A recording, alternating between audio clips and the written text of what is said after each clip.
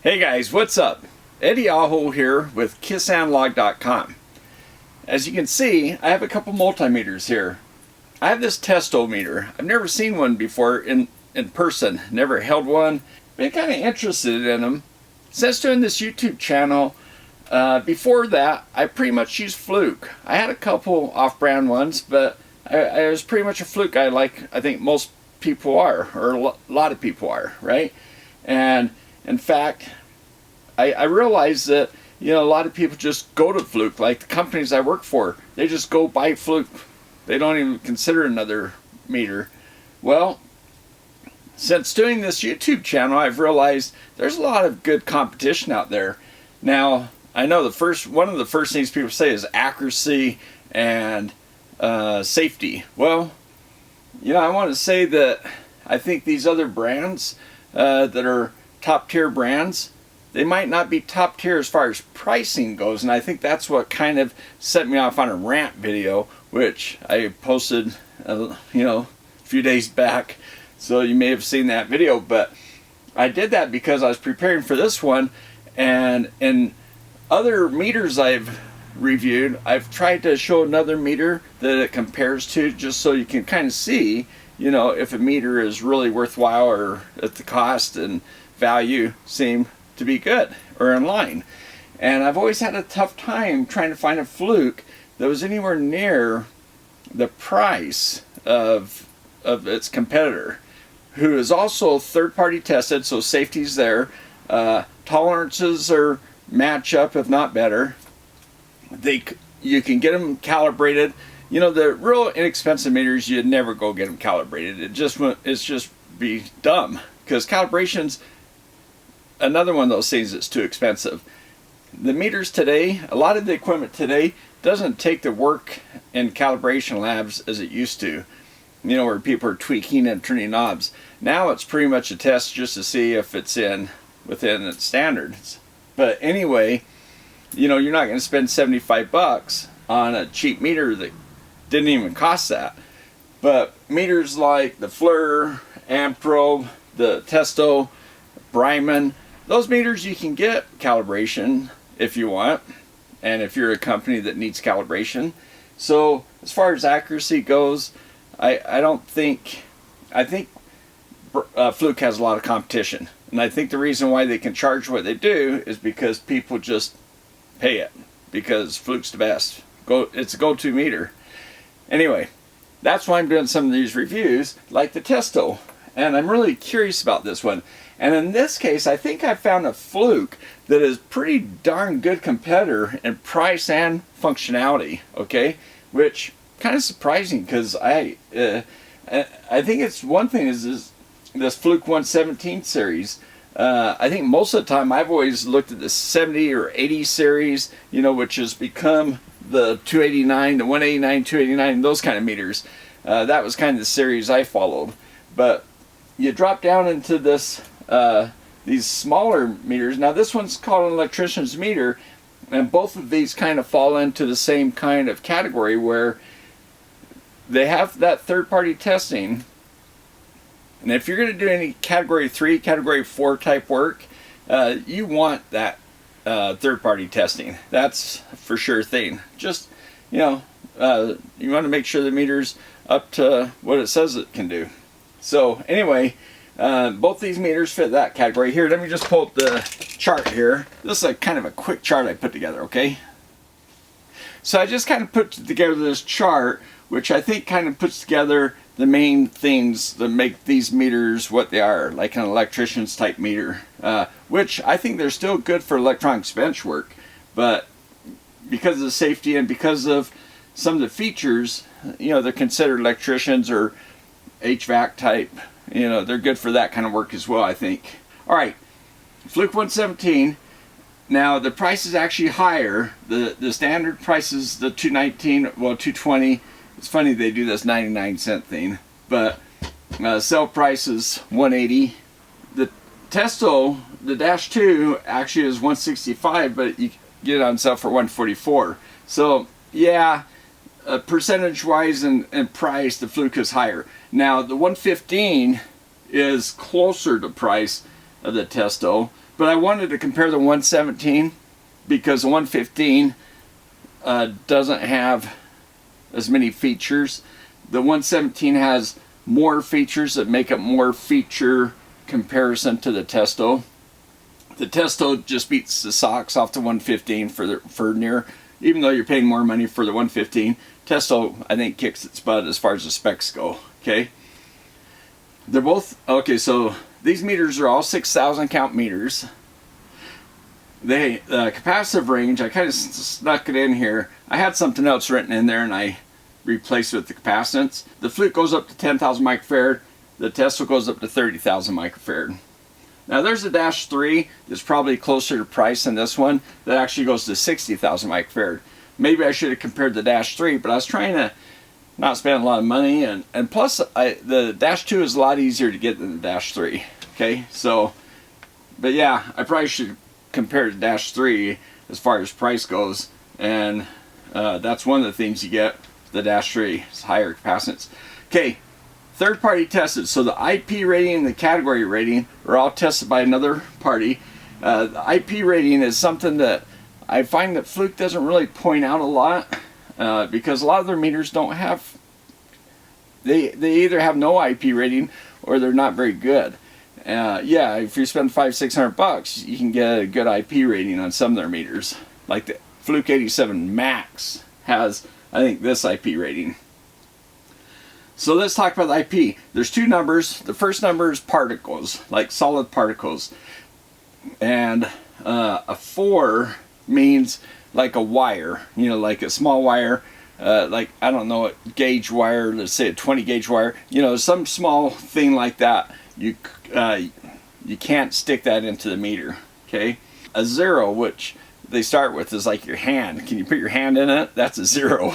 But anyway, and then this one's a 6. So in between 4 and a 6, there's a 5, which is dust particles.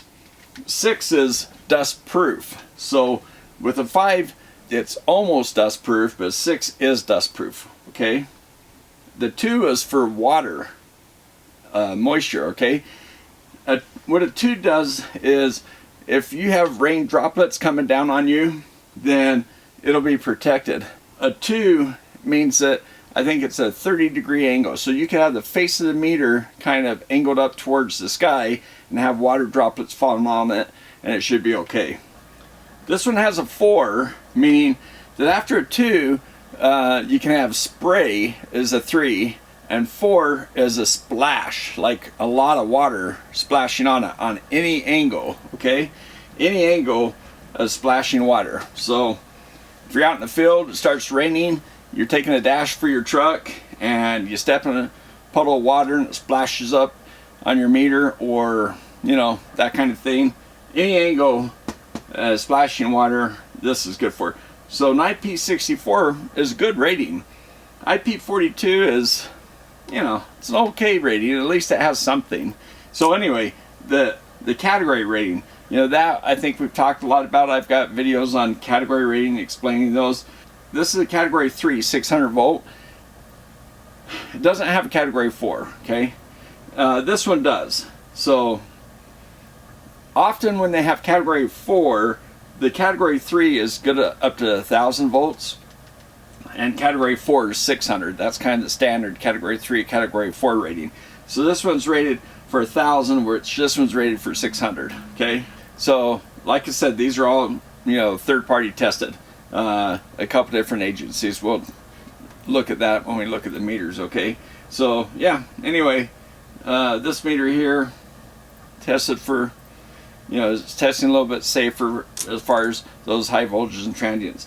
Now the reason why the 1,000 volts versus 600 in category 3, or like 1,000 versus 600 here, is category 3 has less energy than category 4. So if you had the same voltage as you did in category 3 plus the extra current that you can get in a category 4, that'd be just a lot of energy. So that's why the voltage usually drops down. It seems kind of funny. It's like, well, how come it started off 1,000 and dropped down to 600? It's because of how much energy there is. Okay, so anyway, that's that. Then we go into some of the features that make it kind of electricians, like this low pass filter. If you're and dirty power, and these are both also true RMS meters. So if you're in dirty power, you can get some readings that aren't quite right. Because of the noise in the power lines, your readings can be off a little bit. So you can go to your filtered reading, and they both have that capability. The X's mean it has it, dash means no. So low Z, this is one place that the Fluke actually beats out the Testo. It does have low Z.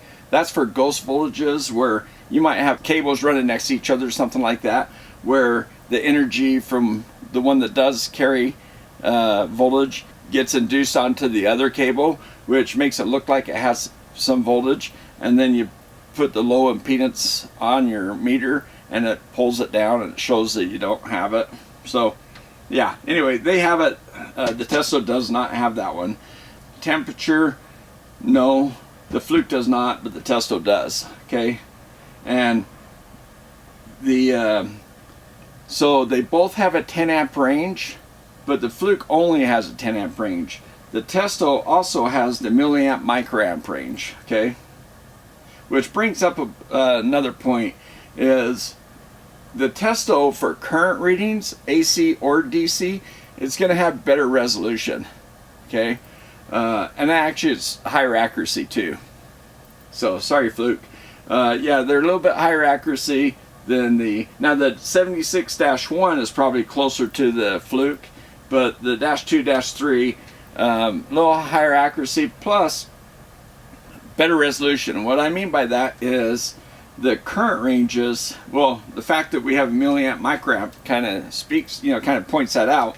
But in the Fluke, there's just a 600, I think it's 600 amp range or 6 amp range, high or low. Okay. In the Testo, there's like 6 ranges. So they are auto ranging meters, but you can manually override and you can go through, or even if it's automatically changing ranges, it's like a car with more gears, right? So you get better resolution. So on this, once you go over 6 amps, it's going to jump to that next thing, so you lose decimal places, so you don't give me decimals to read, so you got lower resolution. So that kind of points to lower accuracy. I mean, it's not the same thing, but it kind of is. So anyway, that's the main things. Oh, warranty, Fluke is 3 years. Some people think that all Flukes have lifetime warranties, and they don't. Only the more expensive Flukes. I was talking to a Fluke agent the other day and asking him about the warranty on my Fluke 189. And then I was talking about some of the other meters I have, and he thought that they had lifetime warranties, and they don't. He was actually wrong. I looked up the manual while we were on the phone, and I said, oh, this says 3-year warranty. And he goes, oh, they must have just changed that. Well, anyway, the lifetime warranty, that doesn't mean the lifetime of the meter. What that means is at least 10 years warranty. So that's pretty darn good. What it means is that after the last date, like they discontinue that series, the warranty is only good for 7 more years. But if you just bought that meter, you get at least 10 years. Okay, so I don't know what that means. You probably have to upgrade if you had a problem. I've heard stories. Anyway, so yeah, I just want to point out the warranties: 3 years here, 2 years here. So, all right. Hey, one other thing I want to point out on the specs, which I just didn't have room to write down all the different things, like the ranges, the resolution improvement that the Testo has. Also on the diode tester, we'll test the diode, and a lot of people on reviews, when they test diodes, they light up LEDs, and it almost makes it seem like it's really important. You can light up all the different colors. Some of the colors take higher voltage, and if that's important to you, then hey, that's something to consider. But when the diode tester was put into a meter, is meant for diode testing. Yes, LEDs are a type of diode, but when you're troubleshooting the circuit, a lot of times you're looking for the rectifier diodes, the diodes that are going to go bad.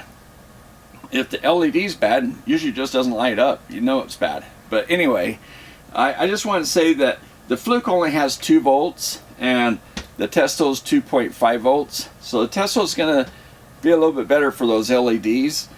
2 volts is, you know, it's enough to light up most diodes. Okay, there are some diodes that are over 2 volts, but it's gonna light up most diodes. Not light up, I'm sorry.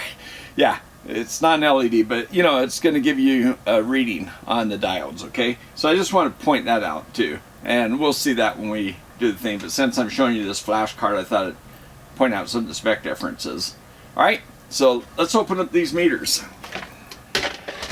All right, so let's go ahead and open these guys up, and let's just start with the Fluke, because looks like a real easy package to get into. Super simple. And you know what's interesting about it? I mean, has a nice filter, of course. I mean, we know. Well, okay, that's interesting. I thought it was going to be one of those integrated rubber packages, but it's kind of like their older style where it's more of a rubber boot. So I don't mind that at all. Now this is interesting. It comes with a little marketing thing. So it says go buy their strap. Now the funny thing about this, I'm going to do a video because I did buy their strap for 40 some odd dollars. It's insane. Kind of goes along with my rant from the last video. I'm going to bring the camera over. We'll do the close-ups on these things. Let's just see what's inside. So sometimes there's a guide in here, but nope. Okay.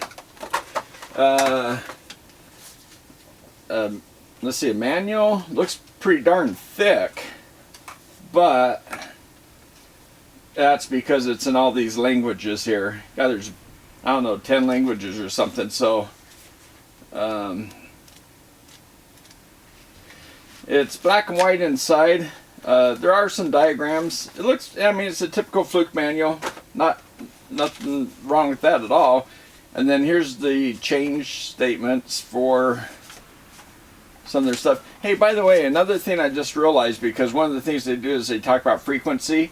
I think the Fluke goes up to 50 kilohertz in the hertz reading, and this guy goes what is it, 60 megahertz. We'll check it out, find out if that's right. So that's another difference between them. This 50 kilohertz, I think 60 megahertz. This one also reads duty cycle, this one does not. So, but okay, the kickstand, you know, these lower cost Flukes, I think they have better kickstands than their expensive ones. Their expensive ones, I don't love them. This one has, it's a rigid plastic back with the rigid stand. It works great, you know, versus those the plastic ones or the rubber ones that fit into the rubber back of the stand. They just, you know, they push down. They, you know, anyway, yeah, I like this one. Okay, good. And you know, these diodes, they kind of sit off to the side so you can do one-handed you know, movement of the diodes, what I suppose that's for. But wow, it actually has batteries in it. You know, that's something I've noticed with Fluke, is they actually ship their meters with batteries, which I find interesting. That's an interesting thing. Now, I have heard a case where one guy in a column, I think it was someone else's review I was watching, and the guy said that his meter, he actually got shocked, and what happened was the batteries were leaking in it. That could have been on mine. I don't remember. I read a lot of reviews. I try to answer reviews, but sometimes I get mixed up what I read on mine and my channel and somebody else's. But I have read where, yeah, the batteries that they installed were leaking, and when his electrician, or is an electrician, and he was taking a voltage reading and got a tickle in his hand because I guess the board probably had chemical going across the board and probably caused a short. Anyway, I don't know if that had anything to do with, you know, the bad batteries being shipped in it or not, but I do find it's interesting they ship them with batteries. Maybe that takes away one bonehead thing that they might find some users do. Maybe somebody, you know, doesn't know to put batteries in, gives them a call and says, hey, my meter doesn't work. You know, that could happen. So maybe that's why, I don't know. Oh, and the test leads, of course. So the test leads are, you can see it's chilly in my lab, by the way, but you can see how stiff they are. These are not silicone, they are PVC, which is really interesting because on their website, I think I saw a couple descriptions where they said they come with silicone leads, but I didn't think they did, and they don't. They come with these TL75s, I think they call them. It's their basic test lead that I think they used to sell them with a lot of their meters, but nowadays it's kind of hard to tell what test lead you're going to get, I think. But yeah, they come with these big old caps, you know, for the Cat 3. So, I mean, so for an electrician, you know, working on a bench, my lab, like I say, is chilly in here. But typically working on a bench, you know, the leads aren't a problem because it's warmer. But man, yeah, these feel like really stiff.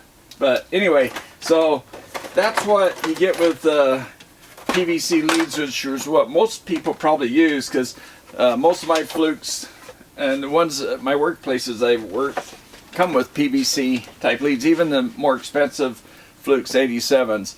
I believe all the ones at our workplace came with PVC type leads, the basic TL75s.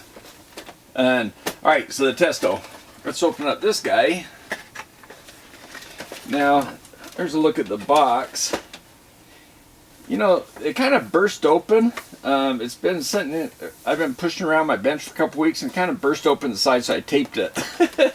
But yeah, it just shows some, yeah, anyway, I'll show you a close-up of this if you guys are interested. But okay, whoops, there's all the stuff. Alright, so there is a temperature adapter. You know, this one reads temperature and this guy doesn't. So this one came with the temperature probe, did it? Okay, you know what? Yeah, that's really interesting. Okay, so it comes with this temperature adapter thing, and we'll take a closer look at that and see what the heck's the deal with that. Because yeah, actually, okay, that's the inspection certificate, shows that it passed calibration. So, oh, there you go. So I don't think Fluke sent a cal list, but this one actually shows that it passed calibration with the stamp. Then I think, oh, wow, that's interesting. They also sent one for the temperature adapter thing. Okay, we'll have to check that out. And then they also have a big old manual and a whole bunch of languages. So, same kind of thing. Yeah, looks, I've seen this online. It's the one online actually has, oh, it does have color. They've got a quick start guide that's color, and so I've looked at that stuff online. Oh, maybe this is, and then here's startup instructions. Yeah, the one online, this guy's all in color. So, alright, that's interesting. Okie doke. So, then we have our meter. Oh, and here's our batteries. Comes with 3 AAAs. By the way, the Fluke, I believe, runs on a 9-volt battery.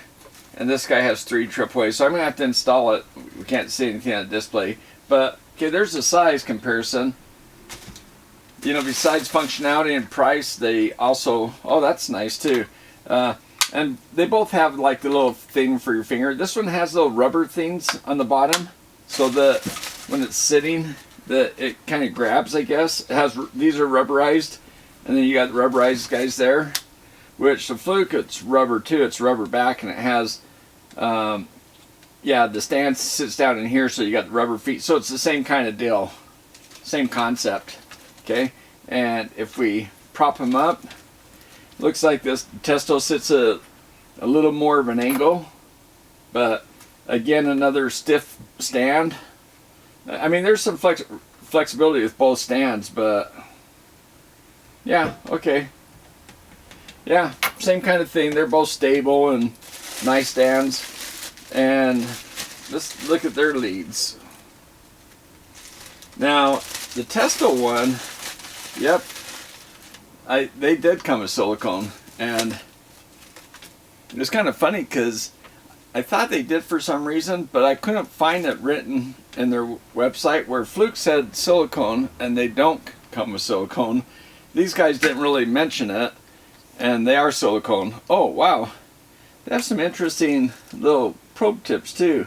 This thing here is kind of pear-shaped, so yeah, it fits nice in the hand. It says Testo. Again, I'll bring the camera over for close-ups. It's got threads on the tip. The TL75s don't have threads, so if you're going to put adapters, they're just going to snap on, where these adapters would screw on if you had them. But yeah, those are nice flexible. I mean, that's what you get with PVC. You get stiff, and silicone you get nice, soft, pliable. So yeah, if you are an electrician and you're working in a cold area, I could see why you'd really like that. Now this adapter thing, okay, there's something else in here. Here's an adapter. It has a CSA mark on it too, and the CE mark on this side. And it has a battery with the little plastic thing here, so I think what we do is open up this door, take out the plastic to let the battery work. There's a little button right here, so that, oh, I think that's how it turns itself on, because it's supposed to save the battery. Oh, and it looks like there might be a little LED that lights up. And then here's for the temperature probe. So, alright. And you know what? When you're plugged in, it blocks, well, they just make sure you can't plug something in the current probe, I guess. That seems like that'd be a real bonehead thing to do. But yeah, when you put this guy in, you can't have any other probes in. So I guess that's why it's made that way. Okay, that's interesting. The other thing it came with,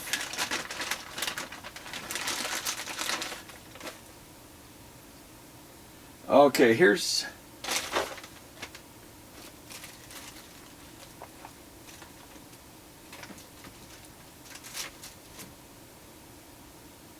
okay, it does have these rubber boots, and these are soft rubber instead of the stiffer plastic ones. These are nice soft rubber boots, and it says Cat 3 on them, 1000 volt, Cat 4 600. So yeah, that's for Cat 3, Cat 4 area. That's why you use these boots. But yeah, it looks like that's nice and fits on there nice and tight. And it's nice and soft, rubberized. It's probably silicone. And then these are made out of silicone too.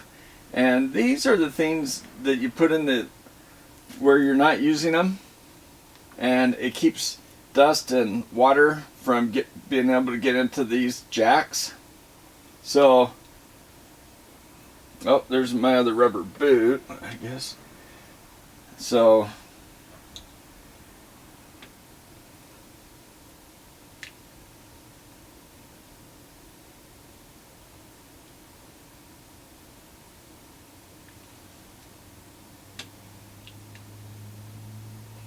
alright, so yeah, there you go. Get those in there. I'll put the batteries in.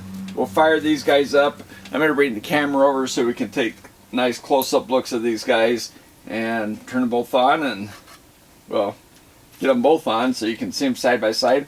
And we'll take a few measurements to see where they're different, okay? And to see what, 6,000 counts gives you. I'll probably pull in another meter to kind of, so compare these to a third meter, but we'll see. Okay, let's get this thing going.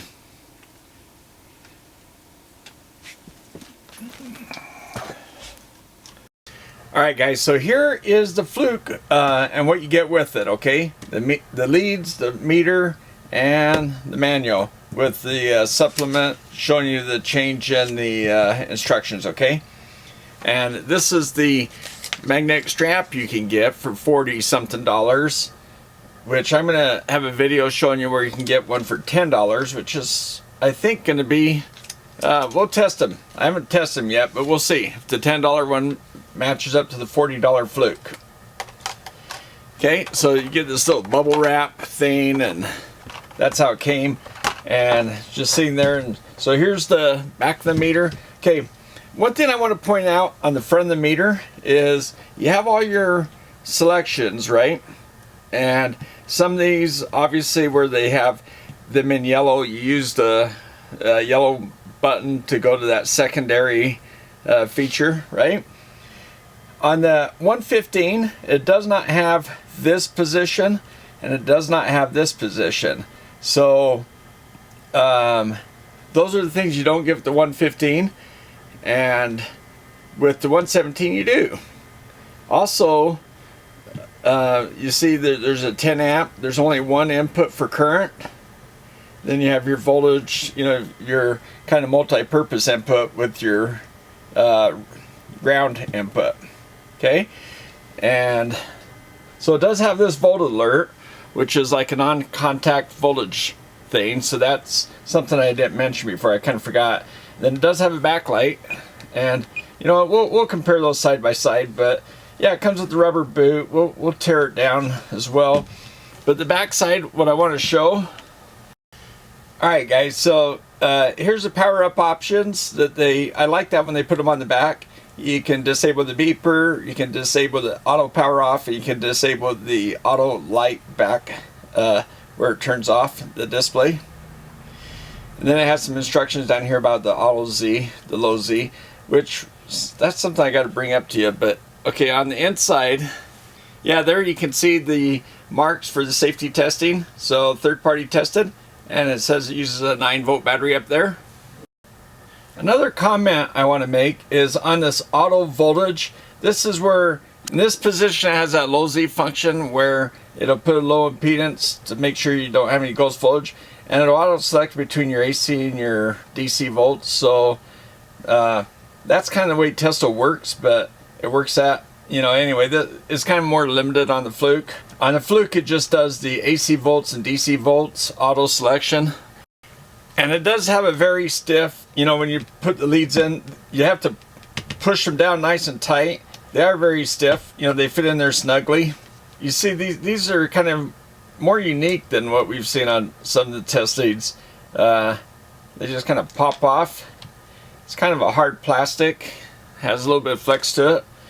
And, you know, you can store your leads like that so they're not poking at things, but you can also put them in like this if you want to hold the meter, and you know, you can also hold the meter like this and use it as a third hand, so you can hold the meter and the black probe with the other hand and do it that way. Okay, and then the Testo, you know, came in this box here and has some stuff on the sides. That's what the back looks like. That's what that side looks like.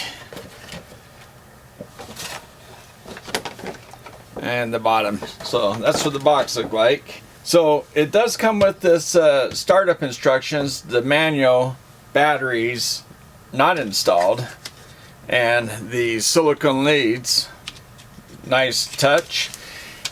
Comes with the instructions for this temperature adapter. The interesting thing is it does not come with a K-type thermocouple probe, which I guess they figured that's expensive enough, but those probes you can get them typically 5 for like $10. So and I've got a bunch of them laying around, so no biggie, but just to let you know. And this guy here, I'll just let you see quick what that looks like.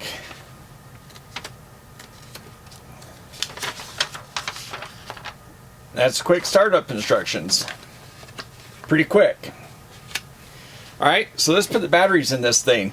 Now, it does come with these little knobs, these little silicone buttons to keep the thing clean. It's nice to leave them in, I think, to keep them clean, the ones you're not using.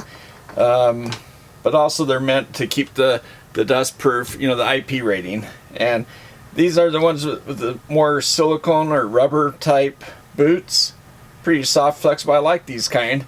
They seem to you know, fit on really snugly. Those Fluke ones seem like you could kind of accidentally pop them off. And they do have the threads on the tips. Yeah, so you can see their test leads, they do have the threads on the tips.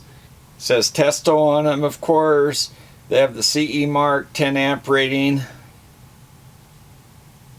So that's what they look like.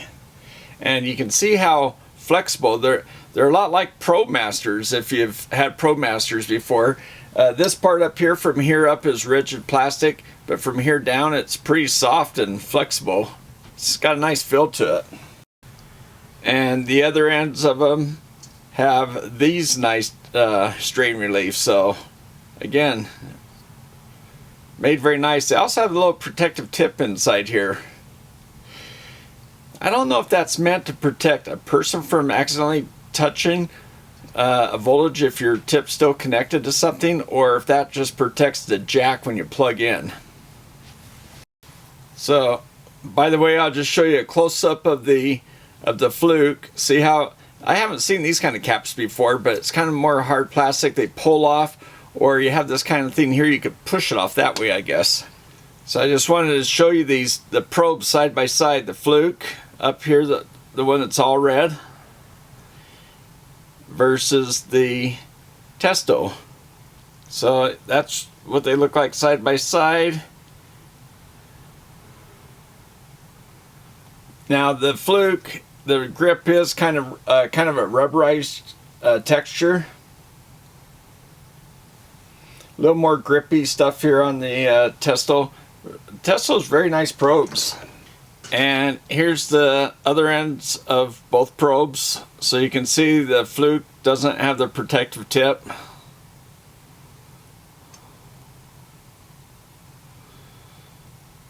You see how short the Fluke thing is? By the way, there's really no strain relief.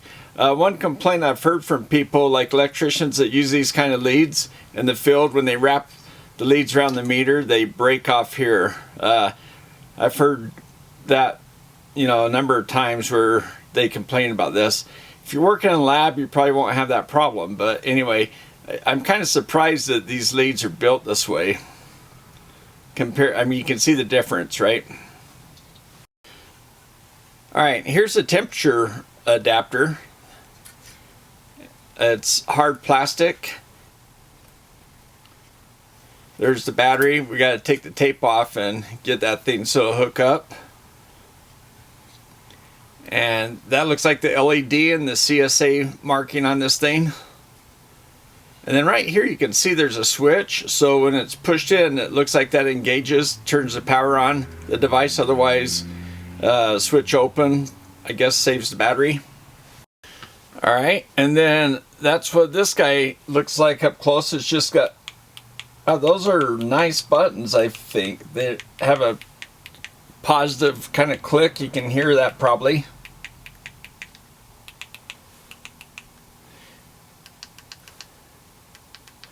Yeah, I kind of thought they were going to be soft, but they're nice, solid buttons.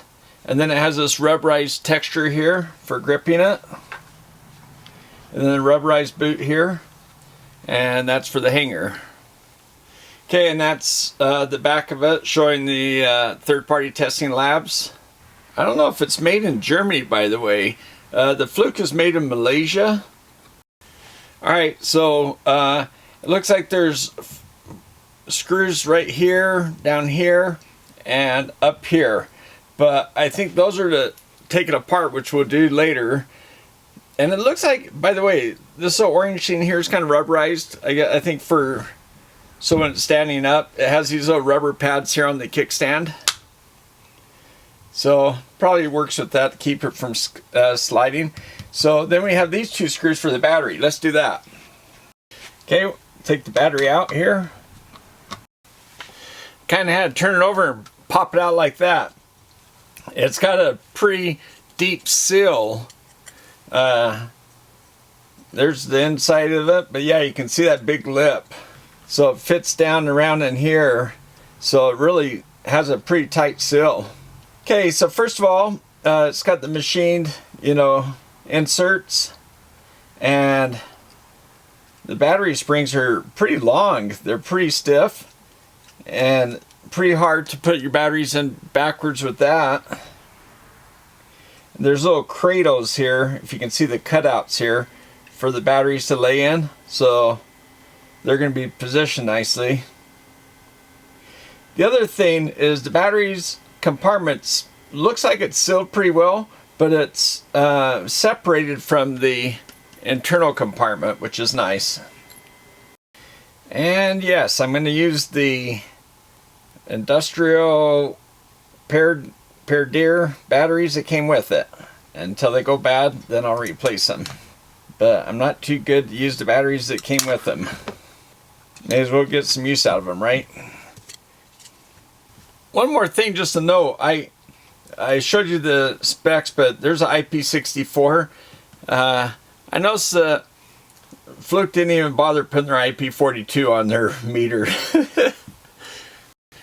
Alright, let's turn this over and power it up.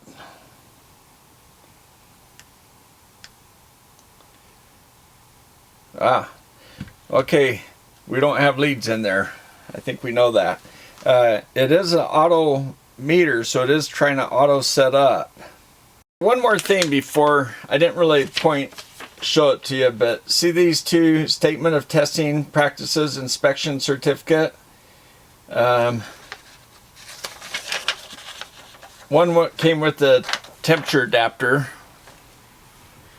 And it has a little QC pass, so it's nice. It shows that they actually, check the calibration. So one's for the meter and one's for the adapter. And that's what they both look like side by side.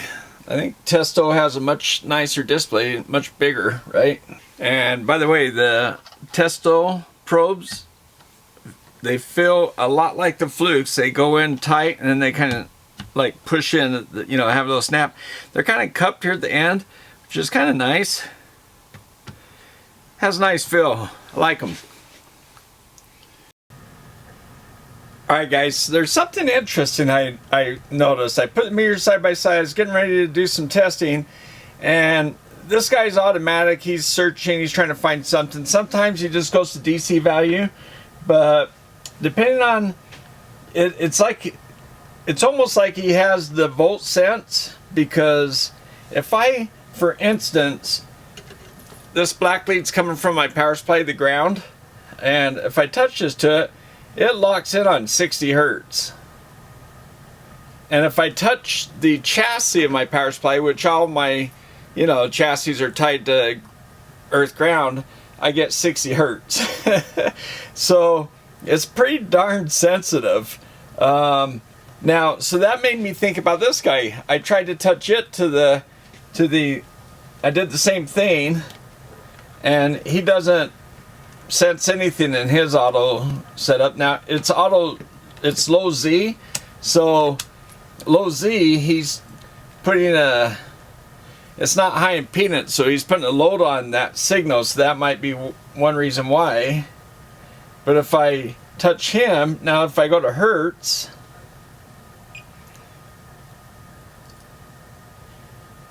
he'll do this same thing. He kind of doesn't, yeah, there it goes. Now he's locked in. Yeah, I thought that was interesting. So, yeah, so it seems like even when they're not set in their non-contact voltage setting, which this guy doesn't have, but it seems like he does sense things, and so does this guy if you put him over here. But so then what I did is I put him in the volt alert, which is the high, and he picks up something just sitting here on the bench, and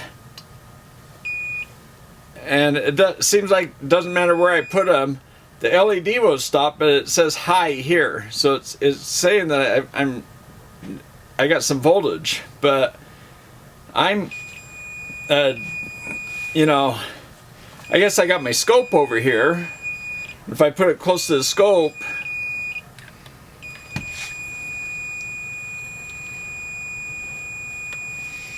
so yeah, if I'm over here, but if I come away, then he turns off, but I get closer.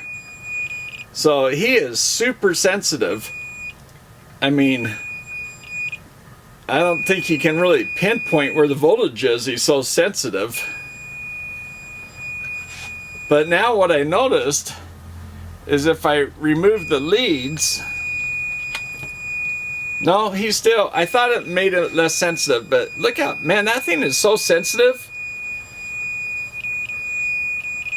I haven't ever had a non-contact voltage tester do that before.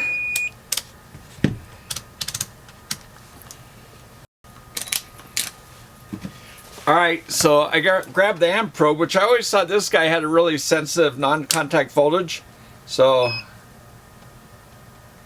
non-contact voltage, and if I get him right close to the scope, he'll go off. I have to be really close to some voltage for him to go off, but just move him around, but I like this guy, because if you get up close to some voltage, he'll tell you where it is. But this guy here, I mean, look at that. It says high, and it doesn't seem, unless, I mean, within a foot, it's going off. So here, I'll turn that off, because that's kind of annoying. And, yeah, so this guy, if you get right up close to it, he'll go off. So then I pulled out the Kaiweets. I always thought that had a pretty good one too. So what I like, see, it's NCV, that's supposed to be a V, non-contact voltage. And see, it starts off green, and then it goes red.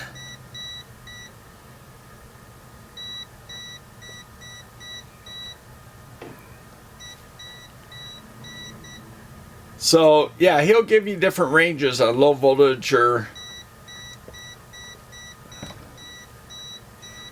see, it's showing me a green all around here, but right in the screen, it's got to be because of that display. But holy cow. Okay, so I turned off that scope thinking that maybe that display is just, you know, being this close is just driving it crazy. But I mean, it's still, you see the red light up here in the top and the high? I mean, it is so sensitive. I don't know how useful that is.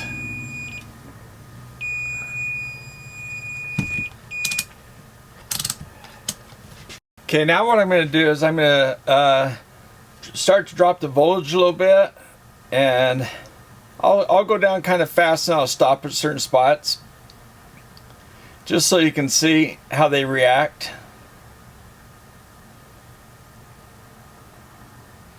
There's a little bit of difference between the two. Now, so it's 6,000 counts, right?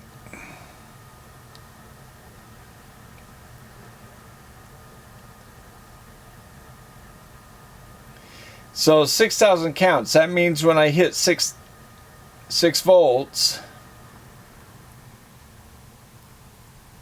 Alright guys, so there's 6,000 count meters. So as I hit 6, they should drop a decimal spot. Okay, the Testo did right away. The Fluke kind of hung in there, which I kind of like that better, that it goes over. A lot of meters I'll see will do that. So where the Testo, it kind of stuck to what it said it was going to do. Now when we drop back down, let's see what happens. Oh, they did about the same spot, I guess. Well, that's interesting. Now they measure a lot closer together. Alright, so now what I'm going to do is I'm going to just wiggle the voltage. And you can look at the, you know, the bar graph. And you can see this guy right now is in the 6 volt, you know, position. They both are. So I'm going to just wiggle it, and you can see if you can see anything. So they look pretty close as far as speed, I think. It looks like I'm staying within about the 6 volt range. So if I go between 6 and 60 volt range. So the Fluke kind of, as it changes, I've noticed this with Flukes, is that when it changes ranges, it temporarily gives you that OL, out of range, overload, whatever you want to call it. I'm going to try to go broad, all the way from 0 to 30 to see what happens.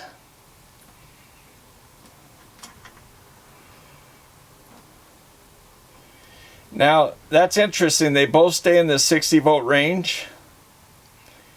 And in this case, if I go fast enough, they both kind of look the same. If I go a little slower,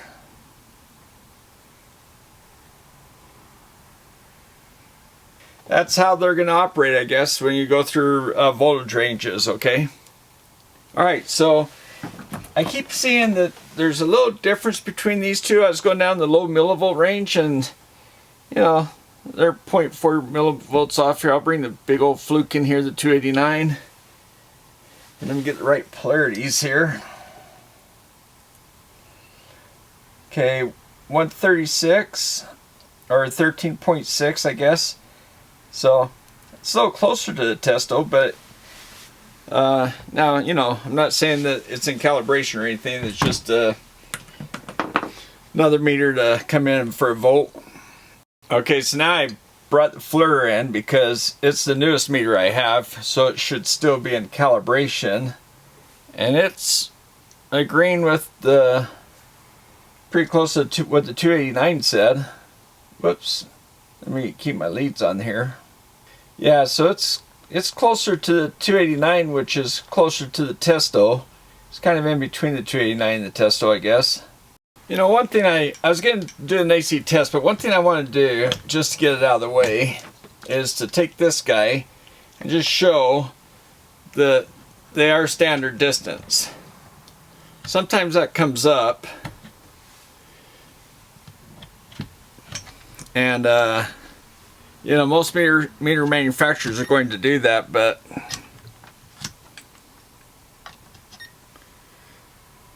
okay. Just want to get that out of the way.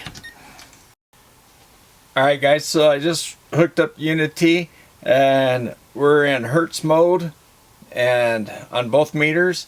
So we're running at 10K right now. They both agree. And here, I wonder if I can go over 2 decimal spots and go up 1. Yeah, it looks like they both agree on this frequency stuff. Alright, cool. So let's go back over to the kilohertz and let's go on up.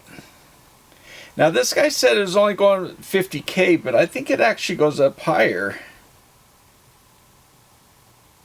Yeah, look at that. Whoa. Okay, well, heck, it went up to, I think it's,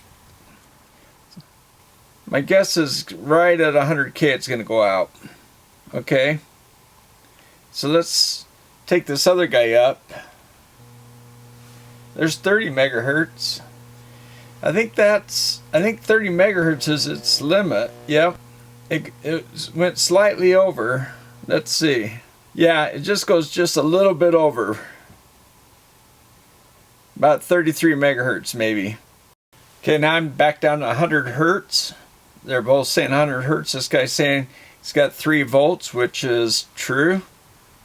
So let's go to volts. I love dual displays, guys. But anyway, okay, these guys really agree with each other when they're in this AC mode. I mean, the hertz. Even the AC voltage is done a lot closer than DC voltage. Okay, let's go up in frequency. Now, I'm sure they'll both do 500 hertz. I think right around 1 kilohertz is when we're going to see them drop off.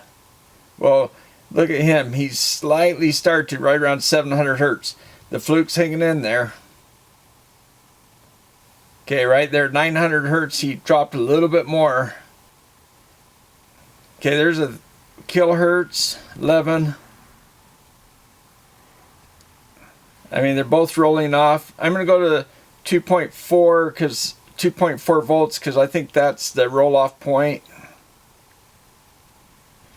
They roll off kind of soft, right? He started rolling off, but the Fluke is kind of, I think, catching up to him.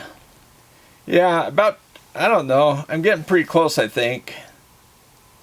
I mean, that's, but yeah, they're actually, the Fluke kind of started dropping off a little quicker, but 5.3 kilohertz.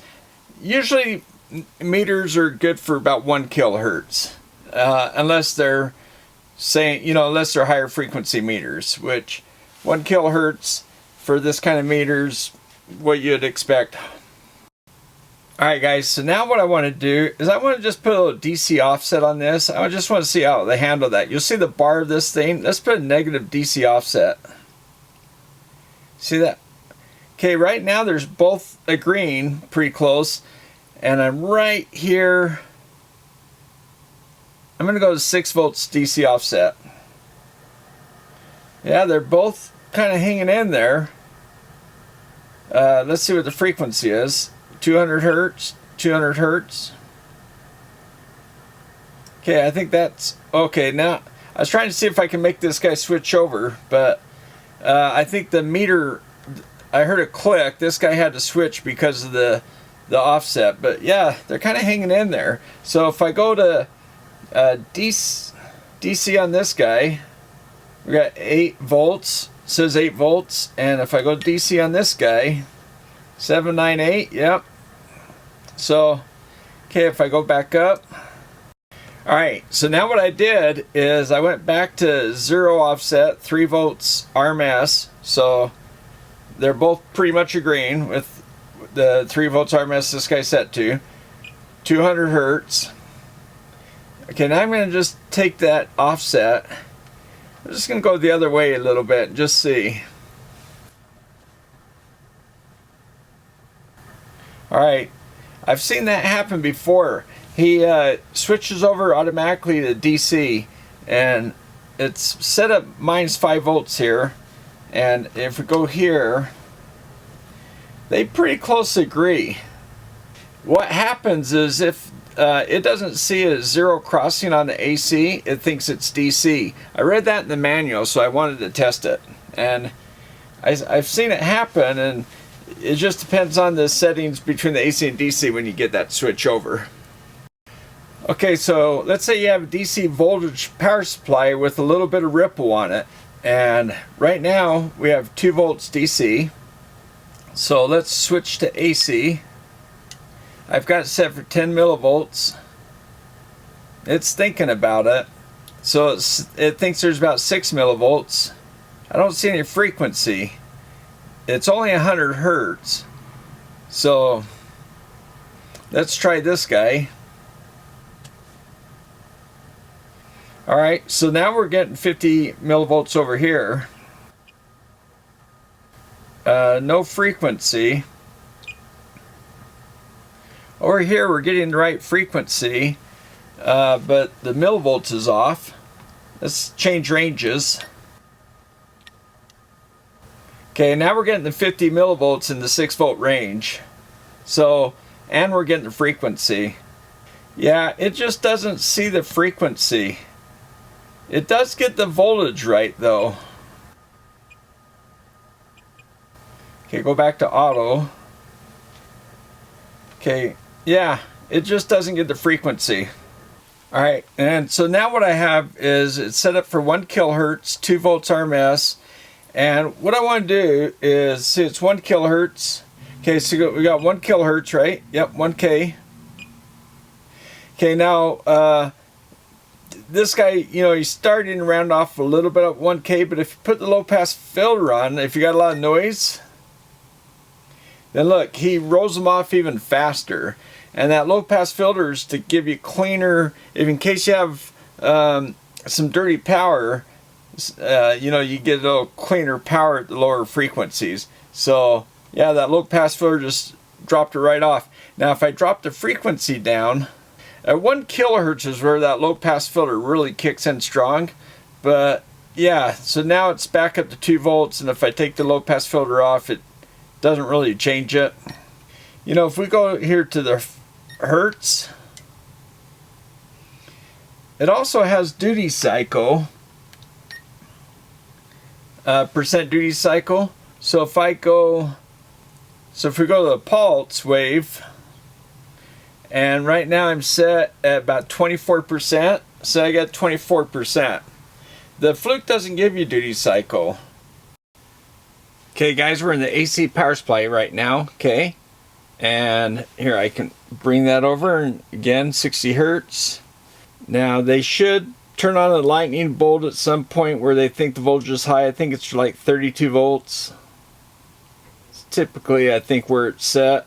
Yep, 32 volts. We don't see it here. Oh, I think it's 40. Oh, there we go. Okay, I was thinking it might be 40 volts on this guy. So yeah, you get this kind of lightning bolt or that kind of lightning bolt showing we're in high voltage. And I'll just wiggle around the AC voltage so you can see the bar graphs.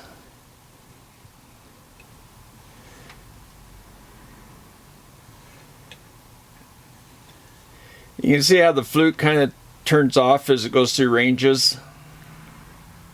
Kind of blinks the screen.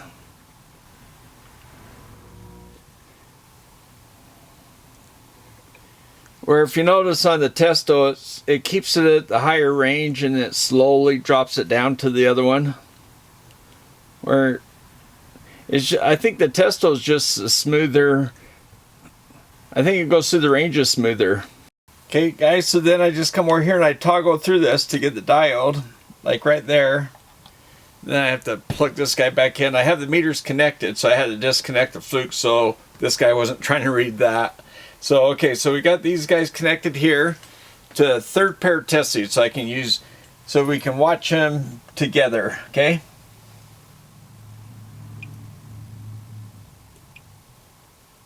They're pretty close in agreement, right? Okay, that's one. This is a transistor. So there's one side of it.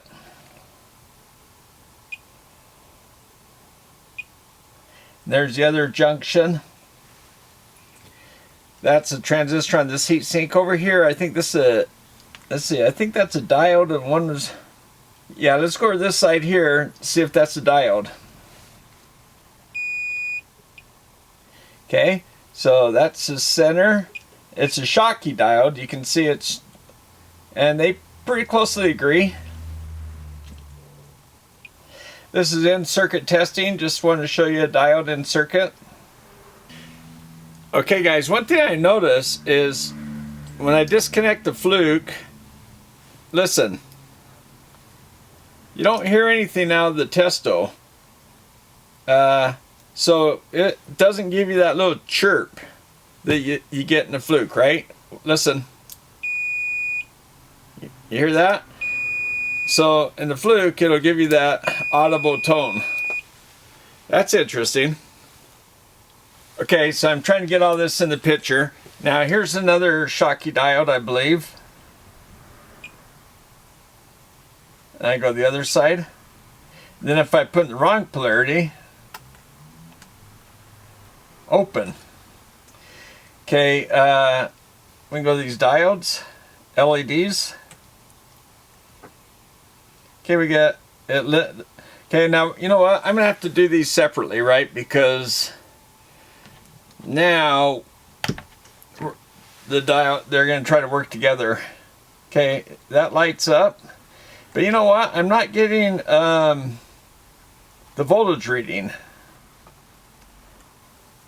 Okay, it lights that up and gives me a voltage reading.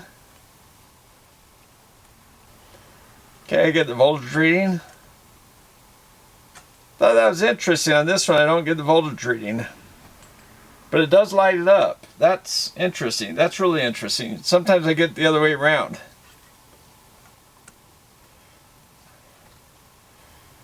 Alright, so now let's plug this guy in and disconnect this guy. Okay, now with the Fluke, it's not going to turn on that. See, it's not turning on the Okay, it does turn on the green, but there's no voltage reading. Turns on the purple, no voltage reading. And I do get the voltage reading with the red. Okay, it turns on all these and we're getting voltage readings. So I think what happens is when they don't put out enough voltage, they do put out enough current to turn on the LED, but they can't take a reading. So yeah, that's what you get, I guess. Okay, now when by the way, when I disconnect the lead there, it tells me I got a lead disconnected, and disconnect here, I don't get any identification. Alright, but when I do go from, say, one of these to current, it does tell me lead, but then it goes away.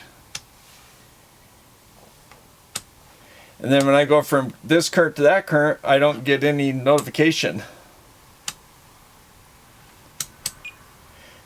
But when I go from here to here, I get a beep. I get a beep. Huh, okay. So if I go into the current, I get it just tells me to make sure I got the lead in the right spot, but it doesn't know where I got them. Okay, let's try this guy over here. I'm going to disconnect this. Maybe I can just, well, let me see. I'm not sure if I'm going to want the leads connected over there. So, okay, if I go in the current range, see it wants it. Whoops, hold on a sec. Okay, it's happy. If I go over into current, it's going to automatically switch over to current. It won't let me go to voltage. See, it says leads in the wrong spot. And it gives me that warning up there too. So you have audible warning plus a visual warning. It says you can't do that. Try this one. Same thing. And by the way, it works the same way. If I'm in current and I come up here to voltage, it tells me, I thought it did. I thought it gave me a lead warning, just tell me to put, okay, if I go from here, I don't know. It'll flash lead when you move the thing around, but it doesn't, it's just a reminder, change your lead, but it doesn't, it'll allow you to do whatever you want to do. Yeah, in the auto setting, it still lets you. So, alright. Alright, so this is kind of interesting. When I go into diode setting, in the spec it says it puts out 2 volts, but the Testo is saying this guy's putting out 2.5. Okay, now if I go to this guy and put a DC, and if I put this guy into diode mode,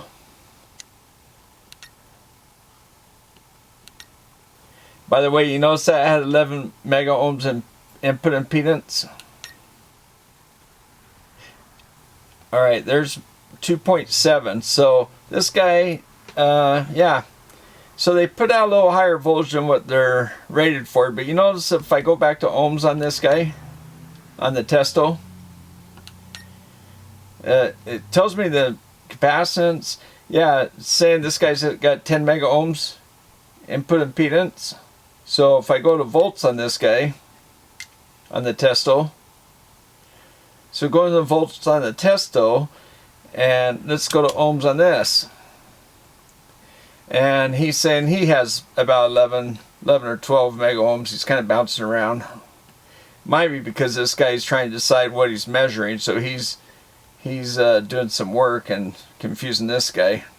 So the Fluke gets a little confused looking at the Testo. But basically they both have 11 mega ohms input impedance, it looks like. Alright, just want to show you that if I leave this in auto mode, and then if I go to, let's say, a resistor, it'll figure out what it's trying to read and it'll read it. Or if I go to the diode, or let's say this buzzer,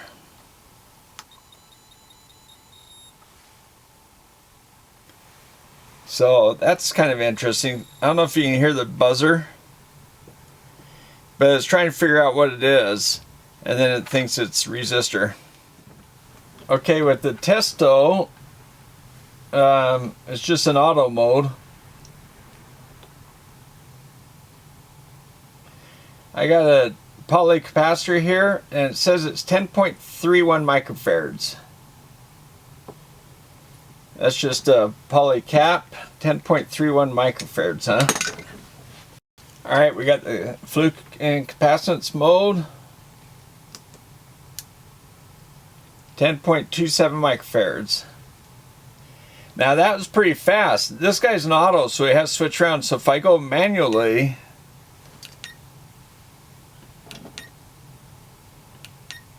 to capacitor,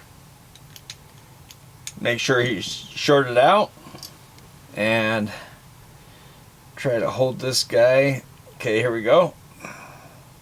That's pretty fast. So yeah, they're both really fast in there, but this guy has that auto mode where it'll just figure out what it is. Alright, I have this little capacitor. It's another poly cap. Let's see if I can. I'm going to hold one lead and then not touch the other one.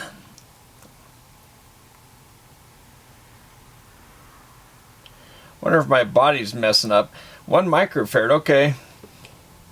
Short out those leads. I'm going to do it the same way, see what happens.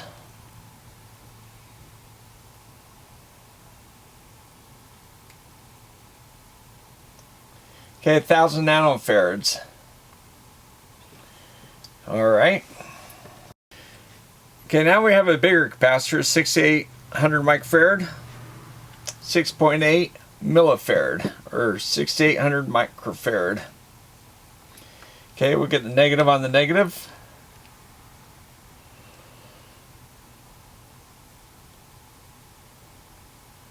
These big caps take a little while. 637.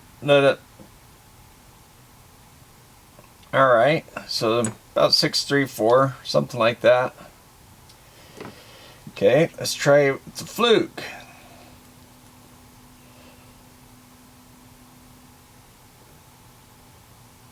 There we go. Okay, that's pretty good. Alright, now I've got a 1 nanofarad cap,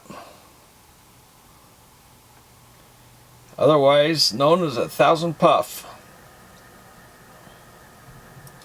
Well, that was pretty immediate. 1076.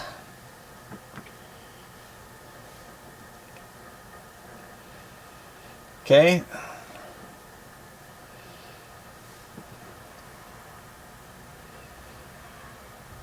One nanofarad. This guy can read a lot lower. I'm trying to find a smaller cap. You see, we didn't have any decimal spots there. Alright, so this guy is a 100 puff cap. Let's see what we have. It looks like just the leads alone we have about 100 puff. Wow, you know what? Okay, 120 puff, just the leads. And that is supposed to be 100 puff, so wow. That is interesting that we have that much capacitance just in the leads, right?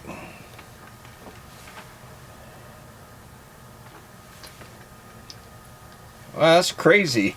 Okay, so let's get this guy over here.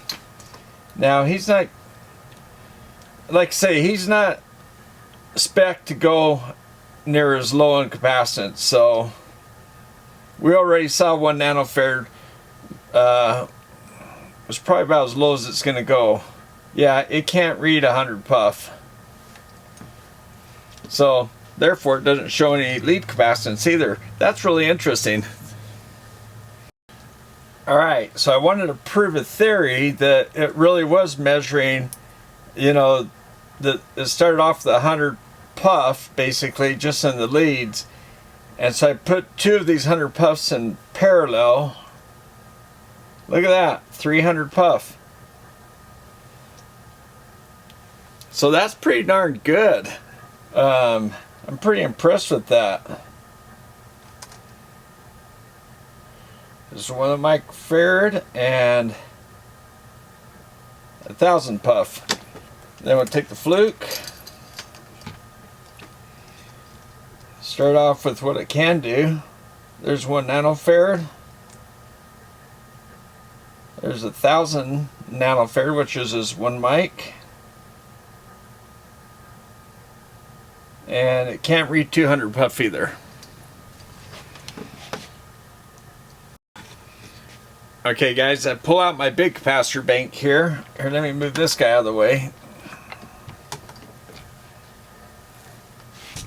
Now this big capacitor bank has 10,000 microfarad caps, and so if I read one bank, most of my meters are getting somewhere around 20,000 microfarads. So let's just see. This is a negative lead on this side. So negative and positive. And I think the reason why is because there's some leakage resistors and stuff like that yeah, 26.73, okay? That didn't take too long either. That wasn't bad at all. Make sure that's discharged. And then let's get the Fluke. Well, I'd say he's only good for 10,000 microfarads. I just want to, I guess, prove it to... Yeah, it's not going to read anything.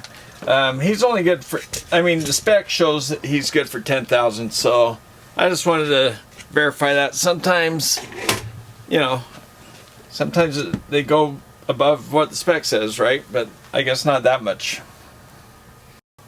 Alright, so I went back to auto mode here, and I've got this tied into my resistor bank, and it's saying it's 900 and... Let's see, 900. Here, let me crank all these knobs up. These knobs might be a little dirty. It's been stored for a while, but okay. Yeah, it's right at just about a mega ohm probably. Okay, I'm going to short it and then release the short. Okay, there's a short. He takes himself down to almost 0 ohms. Okay, now release it. That's pretty fast, right? So that's auto range, so it has to go through all the ranges to get up there. So, and then it drops down pretty darn fast too. Now this guy's will go up to 60 meg. This guy will go up to, I think it was 10 meg. I don't have that high resistance, guys, so I can't really show you that. Alright, so it's again 6,000 count, so we're in the 600 ohm range. So it'll go hit 600 ohms and drop down a decimal spot. So there you go. That's now here. Let me show you something else that's interesting about this meter.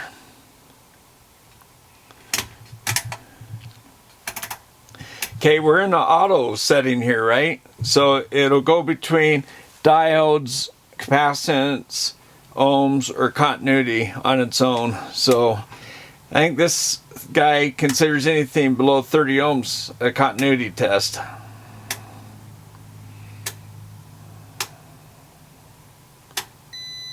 Yeah, so right about 30 ohms is where this guy goes in continuity testing. Okay. Okay guys, so whoa, I'm right on the border right there. Okay, I want to show you something. On the continuity on this, you can see I'm at 79 ohms. Now, as soon as I start to drop this down, let's see where I am. Right around 69 ohms. Okay, let's go. Okay, right there. It goes in continuity, right? And then if I go back up, it doesn't turn off the continuity. It just latches. You have to bring it up into, I think it's over 150 ohms. I'm not sure, but you have to go. I didn't really understand their spec when I was reading it because it didn't make sense to me. But yeah, I don't know if I've seen this before, but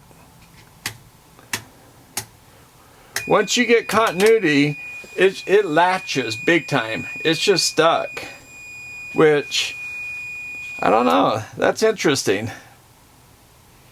maybe the one good thing would that be if you had a intermittent short, it would just latch up and say, hey, you know, you had a short. So maybe that's a positive thing, but also it's a little bit annoying if you're reading, I don't know. Anyway, maybe it's a good thing. Alright, so I maxed out my resistor box, and whoops, what's going on here? Alright, I was kind of messing around here trying to understand what's happening, and I maxed out my decade box like I did on the Testo, but okay, if I get away and leave it alone, it settles out and it's okay. But then I went to move the meter, and just touching it. So if I drop it down in impedance, wow, what the heck?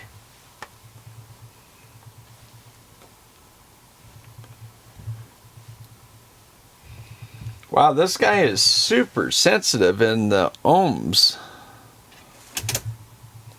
Let's drop it down 100K.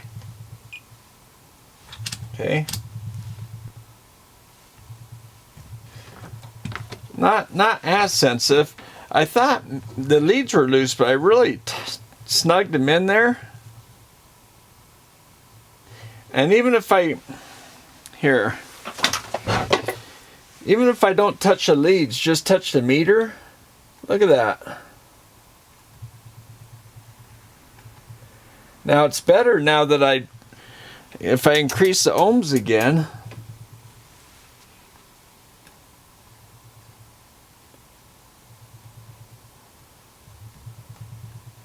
wow, that is crazy. It's like I'm energized or something.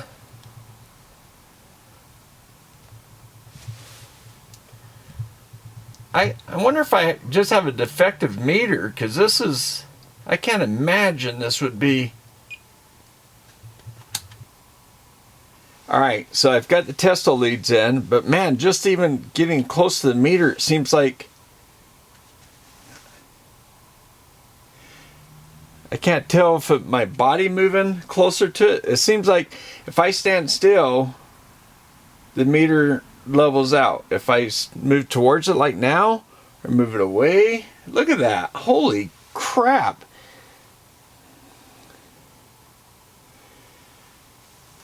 That's just me rocking back and forth here.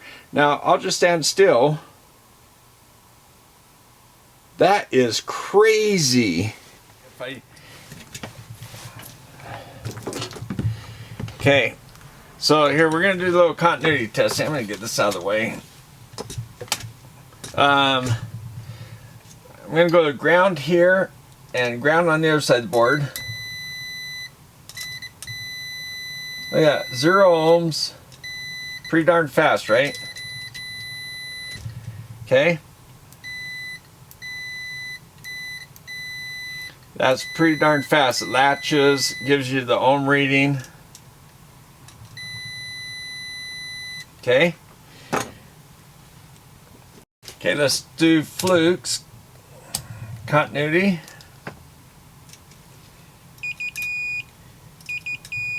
Little higher pitch tone. Very fast, just like Testo. Even though these leads aren't the best, it still works great, right? So, alright, other than that high resistance reading, everything seems to be good. Alright, let's check out how this guy works. Let's open this up. Take the battery out. Well, take the little insulation device out.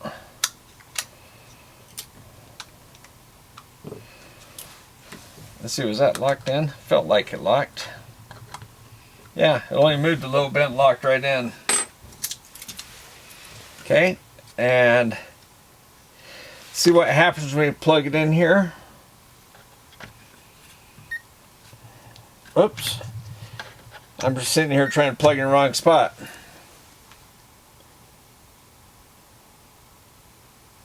Huh. Okay, I didn't know what to expect. Oh, there we go. Look, the little green light's on down there. I kind of thought it might go into temperature, but maybe it needs a probe plugged in. Alright, so here, let's go through this. Now, what you do is you plug this guy into here, and then it automatically goes to this mode here. So then you hold this down for longer than 2 seconds, and then it goes into temperature mode. Oh, it says it's open though. So let's plug in a thermocouple. Okay. And like I said, it's cold, it's chilly in my lab. So now if I hold this guy, I think I'm kind of cold too. But yeah, so there's the temperature setting, and you get Celsius and Fahrenheit at the same time, so that's pretty cool. Okay, there's another thing I want to show you on this, but I'm gonna have to douse the lights a little bit. When for instance, let's say if I put this guy in again, and it's a little bit hard to see with my lights, but if you notice here, let me get that light away. If you notice, there's a little light pipe around the button that's selected.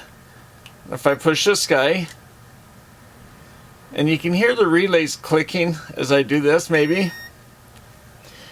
And also you see it won't let me do that because that's a current mode, and it says no, you got the leads in the wrong spot. And it does it if you're in a current mode trying to go with voltage. But yeah, so it highlights these little buttons as you turn it. There's the backlight, by the way. Here, let's turn on the Fluke, and looks like the Testo is rolling in the camera, but it's not. It's nice steady light, and it looks nicer than the Fluke. The Fluke has a hot spot here in the corner. Yeah, maybe you can see that. It's not bad, but you'd expect better, you know. The Testo, I can see a light if I look down in here, but it's nice evenly lit backlight.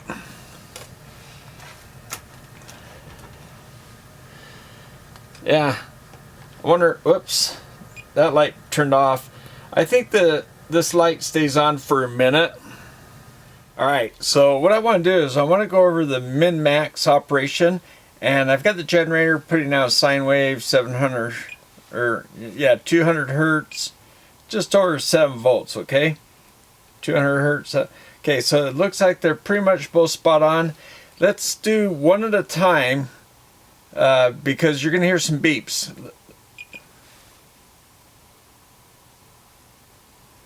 Okay, I only heard a couple beeps. It does that while it's gathering data. Now I'm going to switch it to 1 volt RMS output. Did you hear that beep beep beep?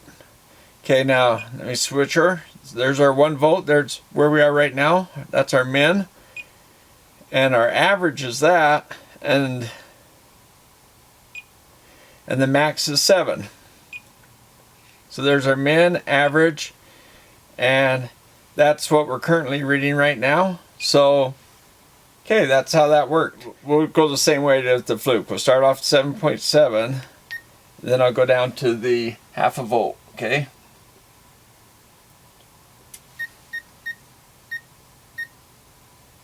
Did you hear those beeps? It was more like a beep, you know, you just heard beep, beep, beep. And over here is more of a chirping sound, right? But now if I go max, min, average, so there's your max, min, average. Okay? Okay guys, the other thing we have to cover is current. And we can go to the microamps in this meter. So I had to pull this guy out just so we could see if we're getting something close. I got 5.1 microamps here, 4.47. So that's pretty darn good that you can get microamps. This guy's only got the amp scale, so he's just passing along the current right now. So let's go ahead and bring it up slowly. Alright, 11.7, 11.2. They're actually getting a little bit closer, I think, with a little bit more current. That's still very little current. 12 microamps, 12.6, 12.12. Yeah, I mean 25.9, 25.4 almost. Here, let me drop my resistance to get the little more current going. Wow, look at that, 32 points. Well, they were almost the same there for a moment. But you know what? That's pretty darn good that you get down that low microamps. Okay, we're just over a milliamp. This guy's just showed a 1 right there. Okay, there's 2.25 milliamps or 2200 microamps. You know, look how close these guys are right now. Alright, so here's the teardown. Now, one thing I just want to give Fluke the benefit on is they have a rubber boot. They both have the soft rubber where you can put the leads in, same kind of way. But this is fully protective around the edges, so where this guy has the hand grips, and it has rubber thing here for sliding, I think. But other than that, the battery compartments, by the way, are very similar. They're all sealed, and you can see right here there's a little window right here that you can expose, and you can get in to look at the board right here. Now this one screw comes off. On this guy there was 2 screws, but this guy 1 screw and pretty much sealed except for those windows there. So where this guy has there's a piece underneath the batteries that's protecting this, but so there's a little more exposure, I guess. 9-volt battery. I don't mind 9-volt batteries. I know they don't last as long as the 3 AAAs, but anyway, whatever. You know, you can only put the battery in one polarity, marked nicely, plus minus. You can only fit it in one place because the fat one and the small one can only fit in that way. So anyway, just wanted to point that out. And then it just kind of fits down in there, and then it has 1 screw holding it in. So it's just 1 screw, but I think that was a smart way to do it. Little rubber thing here, or to put a little pressure on the beeper. I wonder if it was to make it quieter so it wasn't quite as loud, because otherwise, I don't know, is it there for support? That doesn't make sense when you're covering up the hole. I almost think it was there to make the buzzer not so loud. This guy has the little buzzer in this section, and it has these 2 springs right here. That's where the 9-volt battery comes up in here and makes its contact, and here it just contacts on the outside. It doesn't go up into the, so there is this access window, these 2 windows into the board area here. So if that battery leaked, it could leak down in here, where this one, it does have you have to take the batteries out and then remove that piece, and the contacts are here. So there's a little difference there. Both plastics, if I look really close, it looks like they're fiber impregnated or something. They both look like they have some kind of, if I look really close, it's hard to tell until you look really close at it, but it looks like there might be a little fiber reinforced in this plastic. The 3 contacts, there's these screws that come down, and they did have some Loctite, but I'll tell you what, it was not generously put on. In fact, one of the screws hardly had any at all. Well, all 3 of them have hardly any at all. It's like a drop on them to make them. So when I took them out, I didn't think there's any Loctite at all, because they came out very easily. Where I've had other meters, inexpensive meters even, that are very hard to get out. These came out very easily. Alright, one thing that's obvious, your big HRC fuse, and of course we expect that. But one thing I thought was interesting, let's zoom in on this guy, is see how close that guy is to this element here, both ends of it. So I don't know, I mean maybe that's the end it's connected to on the board, but it looks like this trace travels underneath and comes up here. So it looks like there's a feature in the plastic right here to hold the fuse in as this guy's put together. I like to look to see how the back part of the plastic fits into here to see what features. There's a couple features up in here that push against the shield here. There's a couple features here, and you know the bosses come down over these two things. That's a pretty strong connection, and they're offset a little bit to add a little bit, so that way you don't have to put two here and two here. They kind of tried to simplify. Maybe they simplify it too much, because from here, I mean there's not a lot holding this thing together. You got these two big screws, it snaps in with these two clips up here. I mean they were pretty economical how they put this thing together. Now some people say things were built to a price point. Well, of course everything's built to a price point. But okay, so we have our deep tongue and groove kind of connection where this thick, you know, wide piece here goes down into the groove here. So it gives a nice strong plastic connection when you seal this together. So that mates really nicely. We'd expect that from Fluke, and we get it. There's 3 MOVs, which we, you know, is pretty typical for a real Cat 3, real Cat 4 device, and it has 2 decent sized PTCs as well. And here's our high voltage resistor. This is a poly cap, and then we have our high tolerance resistor, or trim resistor, whatever you want to call it, on the ceramic piece, and it kind of goes underneath this metal thing here. Oh, that's for heat shielding. There's a plastic piece here to separate this from these things here, so it gives you that isolation for voltage, because everything's pretty compact, and this is a pretty tight area right here.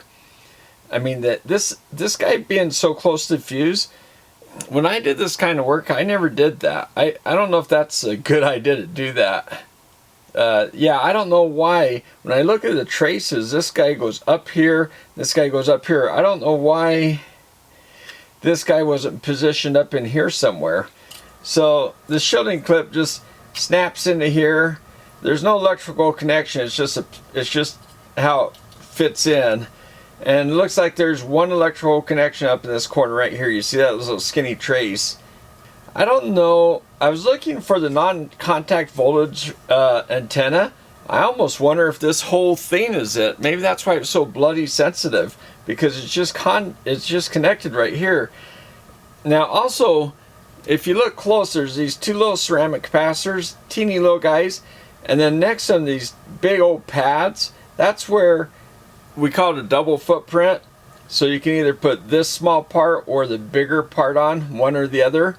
So they opted for the 2 small caps instead of the bigger cap for cost, I'm sure. So that's how that fits, and the electrical connections here. So I'm wondering if this is what's giving them their antenna. I haven't traced the circuit. I don't think I want to spend that kind of time right now, sorry. There's really no circuitry on this side. There could be some chips underneath the LCD display. I'm not sure. But you notice this is on the other side of the display as well.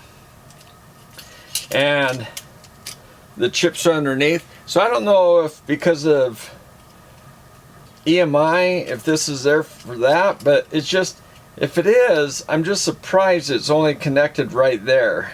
And then there's a couple things come down this chip. So I'm really feeling like this is their non-contact voltage antenna instead of actual shield. I could be totally wrong there. Anyway, here's the inserts, the metal inserts here. They almost look like they're nickel plated. I can't tell. There's some grease on that thing. It's not really evenly coated.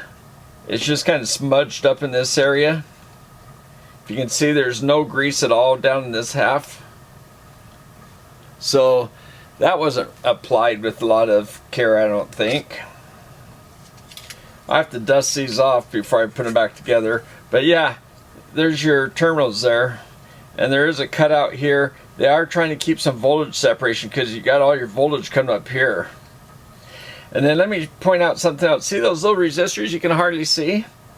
There's like 6 of them. 3 up here, 3 up here. I don't see the diode protection for the current input, but I don't know if these transistors are doing that or if that's what they are. Pop the lid on here, 2 screws, and you're done. And the board was held on with 1, 2, 3, 4 screws. The 2 on the shield and the 2 right here. So you can see the screws right here. Now this guy has a few more screws that they're using. By the way, one of these screws is holding the battery on, so one of those is the battery screw. The 2 battery screws are still in this one. They're right here. And now it looks like a tongue and groove just like the Fluke, right? With the big lip. But if you look a little bit closer, there's a little bit more to it. There's a groove down in there. It's like a double tongue and groove. See, there's a tongue on this side. So both halves have a groove and both halves have a tongue. So they, when this thing goes together, and there's, it looks like some oil around here, grease or something, sealing it. I don't know, because when it went together, it was difficult to pull apart. I mean, it fits super snug. But I think it's also an interesting thing where they have this window access. Once you take the batteries out and you take off this back plate, that you can access this little row of pins here to do some testing. So here's your 2 HRC fuses. They have the 630 milliamp one, the 10 amp one, and then see this resistor here, a high voltage resistor? What's interesting about that is I think that's a current shunt, and underneath it in parallel, if you can see underneath down in there, there's a surface mount one. So it's like they use 2 in parallel to trim the current. And then here's the bridge rectifier, the diodes. And then see these high voltage diodes in series? There's a number of them going up the side, and they're a lot, you know, they're big in comparison to what we saw in the Fluke, right? And see the ones on this side? There's another whole train of them there, 2 more up here. So there's a whole train of diode or resistors going up on both sides. It's like, wow. These 2 things here are for the buzzer, and the spring here and the spring there are for the power coming in.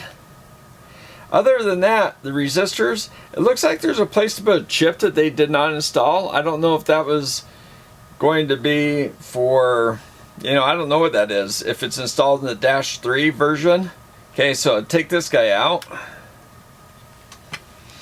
One thing, look at this half.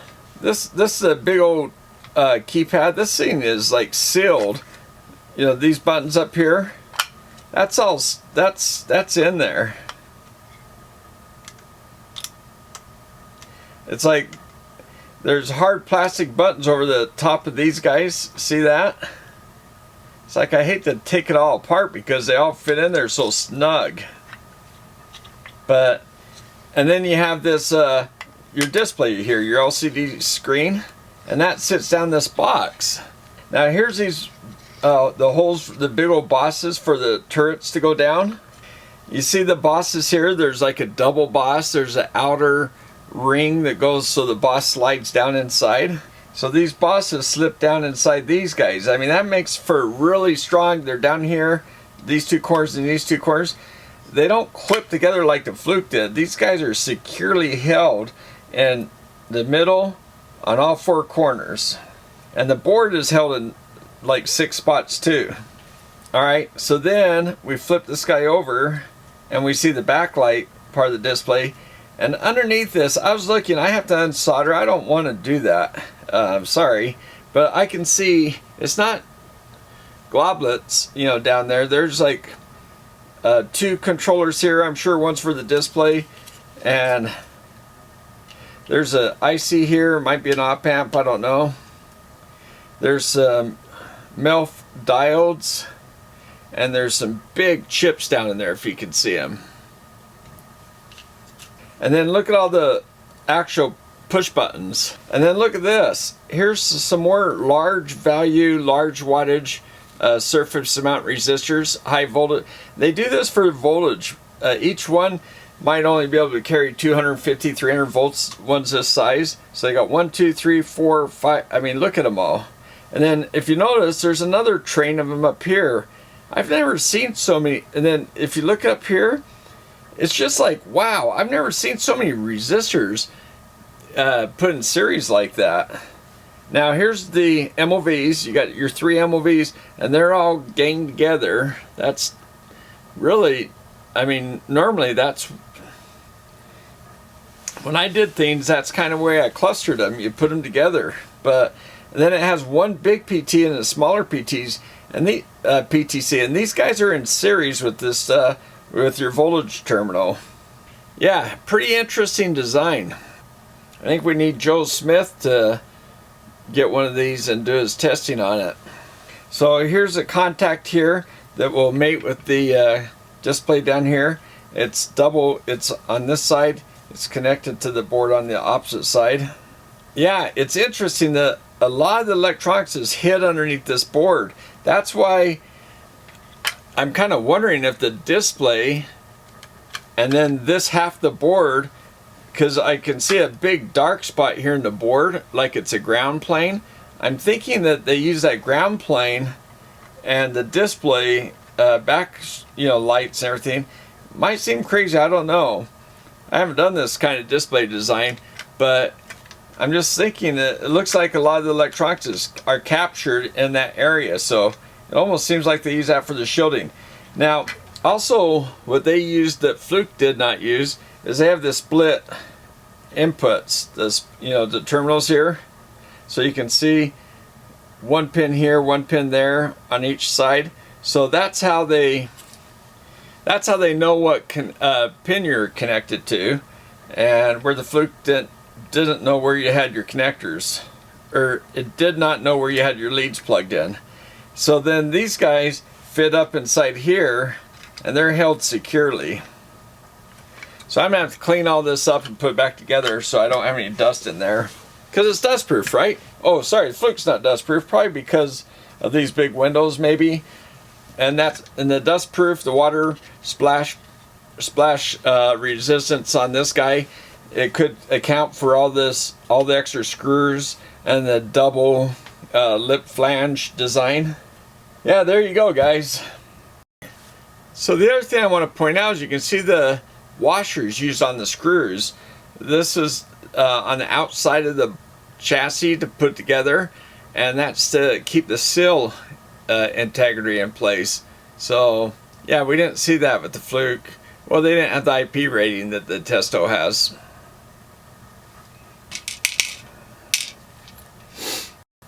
And by the way, I just want to point out that when you see those grooves and all that stuff on the Fluke to keep the voltage isolation, well, if you imagine, you know, the voltage protection up here, it's on a totally separate board. Look at the separation between boards, and you can see it right through there. And then if you look down here, you see that wall right there? So when this drops in, that wall comes right up through here, so it separates this from that fuse. So you have total isolation from your fuse. Pretty nice design. Oh, and I may not have pointed out, but these are the relays that are doing all the switching between the different voltage current modes. One other thing I guess I should point out is the fuses. You see how they have the little clips? So on a drop test, if you hit either side, the fuse cannot slide out of the holder.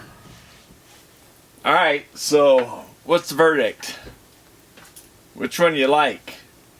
Now, the Fluke, it's about 25% more in cost than the Testo. And here, let me get my board. I just made some highlights. Now, also the leads that came with the Fluke, you know, these PVC type. The Testos were the nice silicone type, which are a lot like the, you know, the Pro Masters. If you've used those, they feel a lot like them. All right, let me just bring this board up real quick, okay, guys? I just put the highlights. The Testo, the Fluke. The Testo has category 3 1000 volts, where this has category 3 600 volts. Independent tested, so IP64, IP42. This guy has the low pass filter, so for VFD that drives that kind of thing. This guy has the low Z, so that's kind of a wash maybe. I don't know which one you like better. Microamps, milliamps on this one, that extra input. This guy only the 10 amp input, so you saw how it can't really read those low currents. 30,000 microfarads, this guy goes to 10,000. And also on the low end, this guy could go down to the 10 picofarad resolution, where this guy only could go 1 nanofarad. So yeah, a lot better capacitance range. It also has temperature, and the probe, I put probe location protect, because on the Testo, it knows which input you have, or which jack you have your probes, or if you don't have any probes at all. The Fluke doesn't know if you got probes in or not. It does flash, say, leads, like, hello leads, like, do something with them, but it doesn't really, you know, keep you from putting them in the wrong spot. The Testo will not let you go to voltage mode if you're in current, or vice versa. So, you know, so it's a safer meter in that regards as well, besides being tested to a higher category. Duty cycle with the frequency, and also goes to the higher frequency, goes to what, 30 megahertz, where this guy only went to 100 kilohertz, so I didn't write that down. And the silicon test leads versus the PVC 2-year, where this guy has the 3-year. So, you know, you could say, okay, let's say the price was equal. You're paying 25% extra for that 3rd year. All right, so that was kind of a quick list. Oh, the other thing is the Fluke has a non-contact voltage thing. Yeah, forgot to mention that on the list.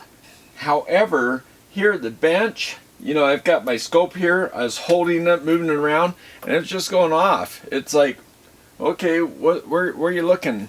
So it's very sensitive there. Now, what I noticed is now I have it in there. You hear it just goes, I mean, it's very sensitive. It's crazy how sensitive. And it always says high, like, I mean, just moving it goes off.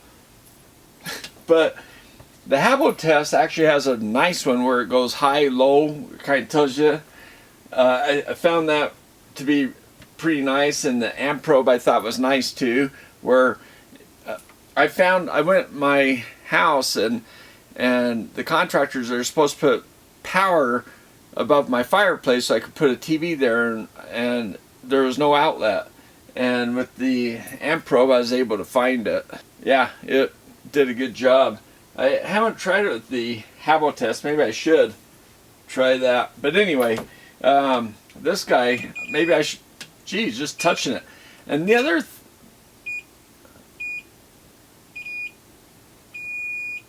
I mean, just touching this thing, it goes off. So their non-contact voltage thing, they call it volt alert, because it's like they couldn't take the name that the industry, the Chinese guys, you know, came up with, you know, non-contact voltage. They're like, we can't copy the Chinese, so we're gonna come up with, how about volt alert? There we go. Volt alert, yeah, that sounds better. Non-contact voltage, nah, volt alert.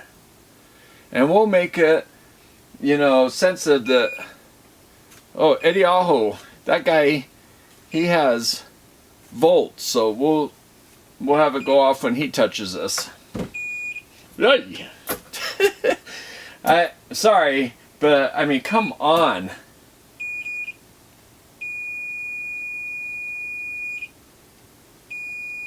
You guys can hear that, right? You can see the LED. I mean, me just touching right here.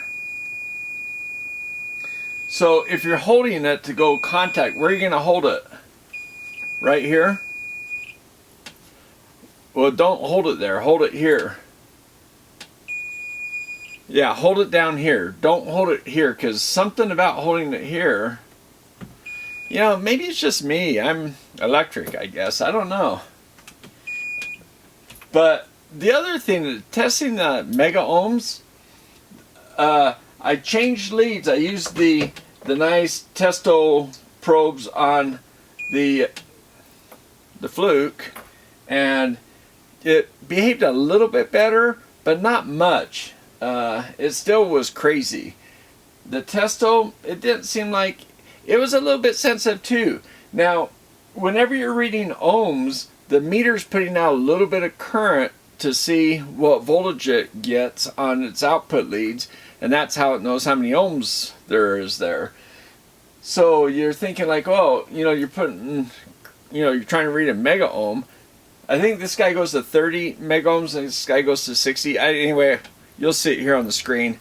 But anyway, this guy goes a little higher, but I was only reading 1 mega ohm. And the Testo was a little sensitive too.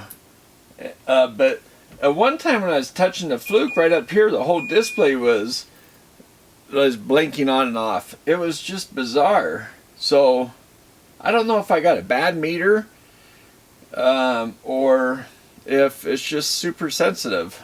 But even standing here, I was standing here at the bench with the tripod here, looking down, and I'd go between this space right here, and the meter would just go. And then I'd stand still, and it would stop.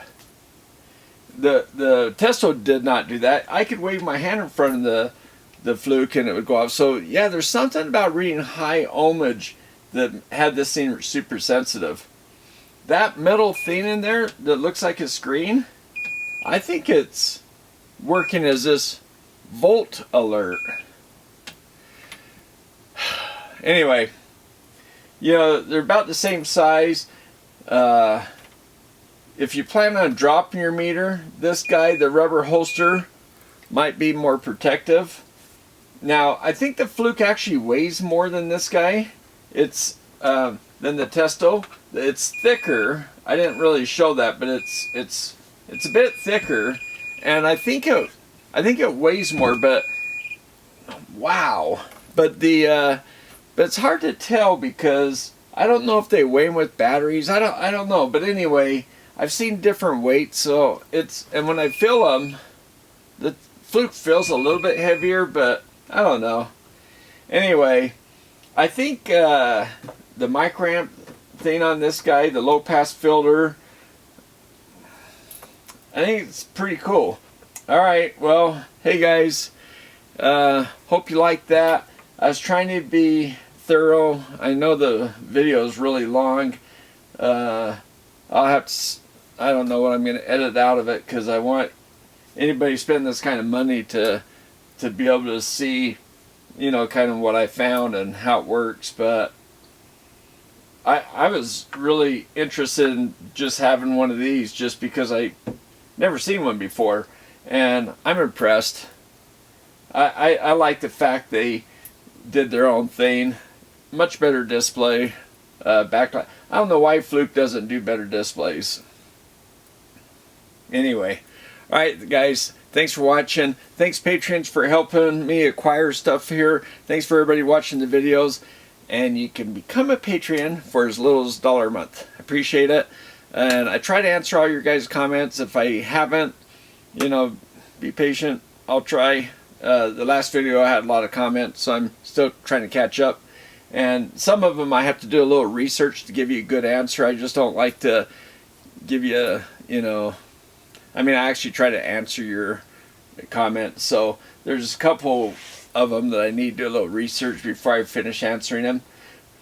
Alright, thanks a lot. I better go. It's getting too long. See you next video.